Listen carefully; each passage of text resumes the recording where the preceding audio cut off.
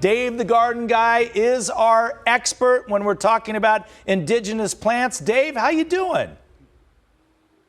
I'm doing good, Scotty. You know, we're at the Butterfly Wonderland, and take a look right over my shoulder. Right there, it's called a Birdman butterfly, right on that pineapple guava. Beautiful, beautiful butterfly. Like I said, we're at Butterfly Wonderland. Tell us the location here, Adrian. We are in Scottsdale at Via de Ventura and the Loop 101. And tell us a little bit about your environment. You're telling me how basically you are, and you had to actually bring in soil from Sholo? We did. That's where our soil, we have to be pesticide free for all of our butterflies. So when we first opened in 2013, we had to bring our soil from the northern Arizona area. And beautiful butterflies out here, and you can see the hibiscus over there, there's some ficus pumila over there, of course some pathos, all beautiful butterflies, and we're standing right in front of a bunch of them right here, some vitex here and some pinus. Tell us about the different types of butterflies we're looking at here. Well, we have 60 to 70 different species of tropical butterflies here in our conservatory. We have a page butterfly right over here on the butterfly bush. You can see it right there. In fact, Arnold, go right over there. You can see him just kind of feeding on a little.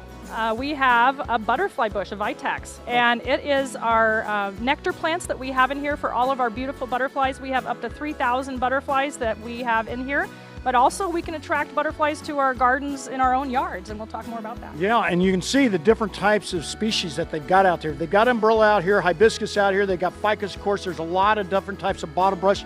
All these plants do well out here in the desert Southwest, especially a little bit of shade. And you see more and more people go towards shade type gardening.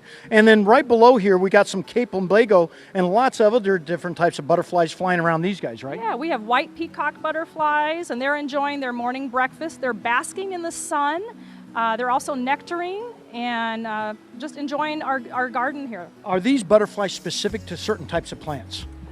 Yes. So we have plants that are just for specific butterflies. We have the Gulf fritillary butterfly that's for the passion vine. But these butterflies in here are all from all over. Costa Rica, Malaysia, Africa, the Philippines. So it's beautiful that we can have these butterflies here.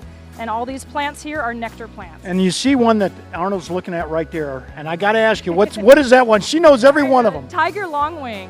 Beautiful. And how many different types of species do you have out here? In here we have about 60 to 70 different species. We receive 1,500 chrysalises a week from butterfly farmers all over the world. I've got some fish out here. And last but not least, tell us about your pest patrol you got out here. We have two wonderful chickens, Daisy and Fern. They're Sarama chickens from Malaysia. They're bantam chickens, which means they're smaller, and they help keep our pests kind of in control, but don't worry, they don't eat the butterflies. Yeah, and you know what? That's something to keep in mind. Whenever you got chickens, you don't have pests, and I'll tell you what, one of the best friends you can have around your farm, I've got some around my farm. I got 6 of them. We've got a couple down here in the valley too.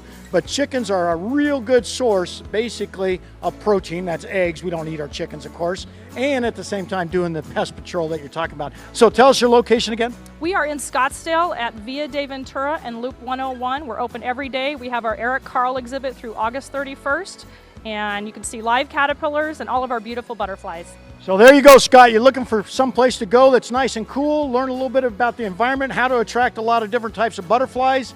Here we are right here at Butterfly Wonderland. And I will tell you what, it is nice and cool out here, and at the same time, it feels nice and refreshing out here to be in some place that's kind of contained. And of course, they talked about pest-free and everything else. There it is again. What's that guy called? The Papua New Guinea birdwing. There you go, Scott. Next time you paint your plane, I want you to paint it this color right there, dude. Take a look at that. Isn't that beautiful? Oh, it's gorgeous. She knows her stuff. I've heard that place is so fun for the kids because the butterflies land on you and everything. That must really be fun. Oh, it is. It is an absolutely stupendous environment. It takes about an hour and a half to get through the exhibit. They've got all kinds of reptiles out here, like we talked about, chickens. And, of course, they got some fish over there. I will guarantee I'm getting my fishing rod out because I guarantee this guy looks like a whale over there. But she won't let me catch him. But they call him Hoover because all he does is he's on the floor of the pond over there, and he's vacuuming everything up. Nice. So, Scotty, back to you, buddy. Speaking of which, Dave, let's go fishing sometime. I miss you, man. You haven't been down to the studio for weeks. Well, you know what? I heard you went fishing without me the other day, so did. you and I are done, dude. I mean, you got to invite me when you're going fishing. Okay. Don't even worry about calling me anymore. I'm going on my own. I didn't want you to catch all the fish. All right, Dave, thank you.